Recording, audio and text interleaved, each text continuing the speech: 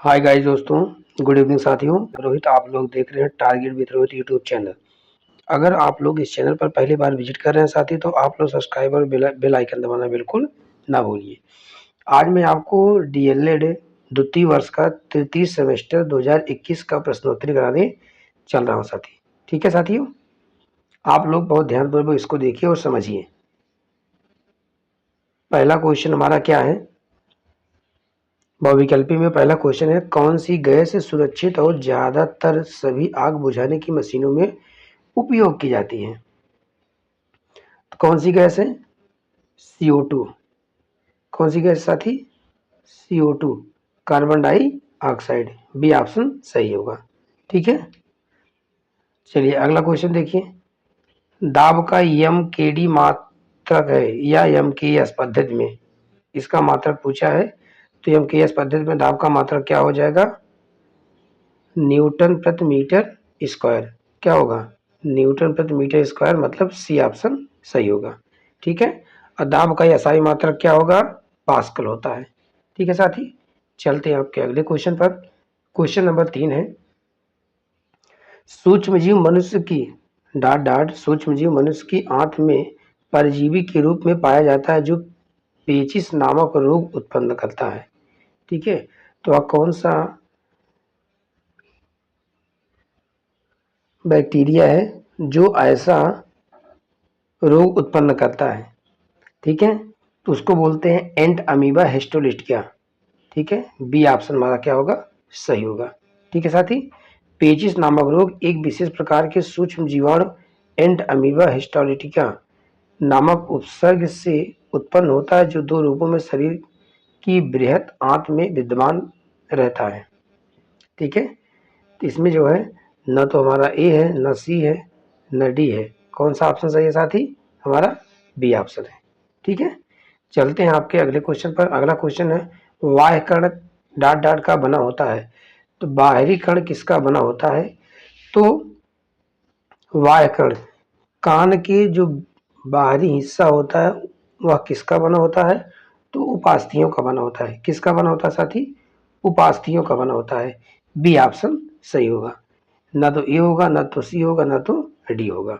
बाह्य कण उपास्थि का बना होता है। उपास्थि मानव शरीर एवं अन्य प्राणियों में पाया जाने वाला लचीला संयोजी ऊतक है या हमारी मज्जा में स्थापित कांडोसाइटस कोशिका से बना होता है। ठीक है, चलिए अगला क्वेश्चन, नवीकरणीय संपदा है।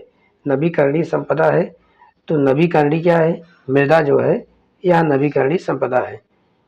ठीक है, कोयला होगा नहीं, प्राकृतिक गैस होगी नहीं, पेट्रोल होगा नहीं। पहला ऑप्शन हमारा सही होगा, ए ऑप्शन। ठीक है साथी, चलते हैं आपके अगले क्वेश्चन पर। अगला क्वेश्चन है अतलघुत्री प्रश्न में क्वेश्चन नंबर 6, कार्बन के किसी एक क्रिस्टलीय अपरूप का नाम बताइए तथा उनकी संरचना समझाइए। कार्बन एक क्रिस्टलीय अपर रूप क्या है? ग्रेफाइट है। ठीक है, जिसमें 6 कार्बन परमाणु की इकाइयां होती हैं जो एक क्रिस्टल संरचना का क्या करती है? निर्माण करती है। क्रिस्टल संरचना में इकाइयां एक क्रमबद्ध षटकोणीय तरीके से व्यवस्थित होती है। षटकोणीय इकाई कोशिकाओं में से प्रत्येक में कार्बन परमाणु निकटवर्ती 3 कार्बन परमाणुओं से क्या होता है? जुड़ा होता है। ठीक है, अगला क्वेश्चन है, शरीर में इंसुलिन की कमी से होने पर क्या प्रभाव परिलक्षित होता है? ठीक है, कौन सा प्रभाव परिलक्षित होता है? तो क्वेश्चन हमारा इंसुलिन की कमी वाला था। ठीक है साथी, इसका आंसर आप देखिए।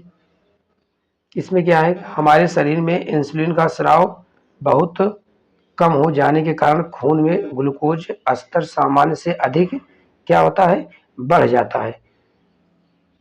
सामान्य से अधिक क्या होता है? बढ़ जाता है। तो उस अवस्था को डायबिटीज कहा जाता है। क्या कहा जाता है? डायबिटीज।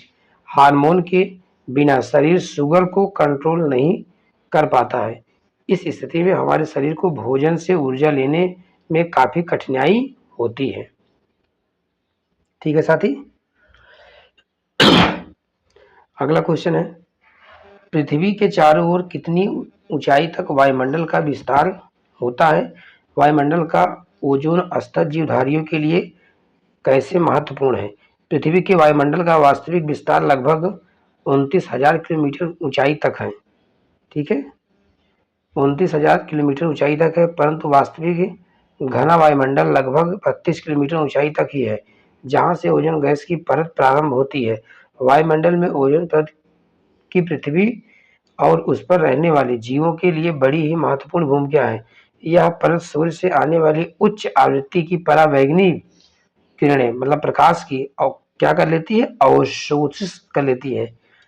परावैंगनी किरणें प्रकाश को क्या कर लेती हैं, अवशोषित कर लेती है, जो पृथ्वी पर जीवन के लिए क्या है, हानिकारक है।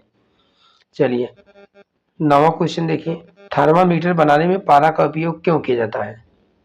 थर्मामीटर बनाने में पारा का उपयोग निम्न कारणों के लिए किया जाता है। पहला, पारे का प्रसार ताप बढ़ाने से समान रूप से होता है। यह एक हल्की धातु है जो कांच की नली से चिपकता नहीं है। पारा क्या है, एक हल्की धातु है जो कांच की नली से क्या होता है, चिपकता नहीं है। पारे का प्रसार अन्य द्रवों की तुलना में अधिक होता है। यह ऊष्मा का अच्छा चालक है। चलिए क्वेश्चन नंबर 10, आर्किमिडीज का सिद्धांत बताइए। आर्किमिडीज का सिद्धांत किसी तरल माध्यम से किसी वस्तु पर लगने वाला उत्प्लावन बल उस वस्तु द्वारा विस्थापित तरल के भार के बराबर होगा, या किसी तरल माध्यम में आंशिक या पूर्णतः डूबी हुई वस्तु पर लगने वाला उत्प्लावन बल उस वस्तु द्वारा विस्थापित तरल के भार के बराबर होता है। आंशिक या पूर्णतः डूबी हुई वस्तु पर लगने वाला उत्प्लावन बल उस वस्तु द्वारा विस्थापित तरल के भार के क्या होता है, बराबर होता है। ठीक है साथी। अब चलिए क्वेश्चन नंबर हमारा नेक्स्ट है, क्वेश्चन नंबर 11 है, जनसंचार के क्षेत्र में विज्ञान और प्रौद्योगिकी का महत्व समझाइए। विज्ञान और प्रौद्योगिकी में जनसंचार का महत्व, इसमें उल्काओं का अध्ययन करके मौसम की स्थिति की भविष्यवाणी और पूर्वानुमान करने में सक्षम बनाया गया है। इंटरनेट की मदद से कोई भी वैज्ञानिक जानकारी एकत्र कर सकता है और इन्हें ईमेल या अन्य सोशल नेटवर्किंग साइटों की मदद से भी क्या कर सकता है, साझा कर सकते हैं। यह लगभग हर विषय में जानकारी प्रदान करता है। ठीक है, अगला पॉइंट है विज्ञान में कुछ प्रयोगों और अवधारणाओं को सिमुलेशन और एनिमेशन का उपयोग करके प्रभावी ढंग से प्रदर्शित किया जा सकता है, जैसे तंत्रिका तंत्र की कार्य प्रणाली। ठीक है साथी। अब हमारा आता है question number next 12 question number लघुत्तरी प्रश्न में, मनुष्य के उत्सर्जन तंत्र का नामांकित चित्र बनाकर कार्य बताइए। मनुष्य के उत्सर्जन तंत्र के कार्य, ठीक है, तो यह रक्त को साफ करने के लिए जिम्मेदार होता है। मनुष्य में विकसित उत्सर्जन तंत्र होता है जिससे नाइट्रोजन युक्त उत्सर्जी पदार्थों को क्या करता है, बाहर निष्कासित कर देता है, निकाल देता है। ठीक है साथी। जिसमें पहला हमारा क्या है, वृक्क, किडनी। वृक्क मानव शरीर का प्रमुख उत्सर्जी अंग है जो उत्सर्जी पदार्थों को क्या करता है, रोक लेता है। एक जोड़ी मूत्रवाहिनियां, प्रत्येक मूत्रवाहिनियां 25 से 30 सेंटीमीटर लंबी होती है एवं मूत्राशय में जाकर खुलती हैं। अगला पॉइंट है तीसरा, मूत्राशय, यह थैली के समान होती है। क्या होती है, थैली के समान होती है जिसमें मूत्र का संग्रहण होता है, मतलब जिसमें मूत्र इकट्ठा होता है, जो मूत्राशय की थैली होती है। चौथा पॉइंट है मूत्र मार्ग। मूत्राशय एक पतली नली द्वारा खुलता है। ठीक है, पतली नली द्वारा खुलता है जिसे मूत्र मार्ग कहते हैं, जिसे क्या कहते हैं, मूत्र मार्ग कहते हैं। आप लोग देखिए साथियों, इसमें इसका सचित्र वर्णन जो है किया गया है, बताया गया है। ठीक है, समझने का प्रयास कीजिए। देखिए यह क्या है, हमारी वृक्क है, ये हमारी क्या है, किडनी है, और यह क्या है, हमारी मूत्रवाहिनी है। ठीक है, यह हमारा क्या है, मूत्र मार्ग है। चलिए अगला पॉइंट, जापानी मस्तिष्क ज्वर किस कारण से होता है, इस रोग के लक्षण तथा बचाव के उपाय बताइए। जापानी मस्तिष्क ज्वर एक वायरल संक्रमण है जो मस्तिष्क में सूजन का कारण बनता है। यह वायरस संक्रमित मच्छर के काटने से फैलता है और आमतौर पर एशिया और पश्चिम बंगाल में पाया जाता है। यह मच्छर, जापानी जो मस्तिष्क होता है, यह मच्छर एशिया और पश्चिम बंगाल में पाया जाता है। लक्षण, तेज बुखार आता है, गर्दन में अकड़न होती है, सिर दर्द होता है, बुखार आने पर घबराहट होती है, ठंड के साथ साथ कंपकपी आती है, कभी कभी मरीज कोमा में भी चला जाता है। ठीक है साथी। अब इनके उपचार देखिए। जापानी बुखार क्या है? जापानी बुखार से पीड़ित मरीजों को अस्पताल में भर्ती किया जाता है और मरीज को ऑक्सीजन मास्क भी दिया जाता है, क्योंकि ये कई बार मरीज को सांस लेने में तकलीफ होती है। मरीज की हालत गंभीर होने पर टीका दिया जाता है। इस बुखार से बचने के लिए बरसात के दिनों में पूरे शरीर को ढक कर रखें, जबकि रात में सोते समय मच्छरदानी का इस्तेमाल करें। अगला क्वेश्चन साथी है, प्राकृतिक संपदा का अपव्यय मानव जाति के उत्तरजीविता के लिए खतरनाक है, कारण सहित स्पष्ट कीजिए। ठीक है, कारण सहित क्या करना है? स्पष्ट करना है। प्राकृतिक संपदा मानव मात्र के लिए उपयोगी प्रकृति में पाए जाने वाले विभिन्न पदार्थों के भंडार प्राकृतिक संसाधन कहलाते हैं। वायु, जल, मृदा, कोयला, पेट्रोलियम, खनिज, धातुएं, वनस्पति तथा जंतु सभी प्राकृतिक संसाधन हैं।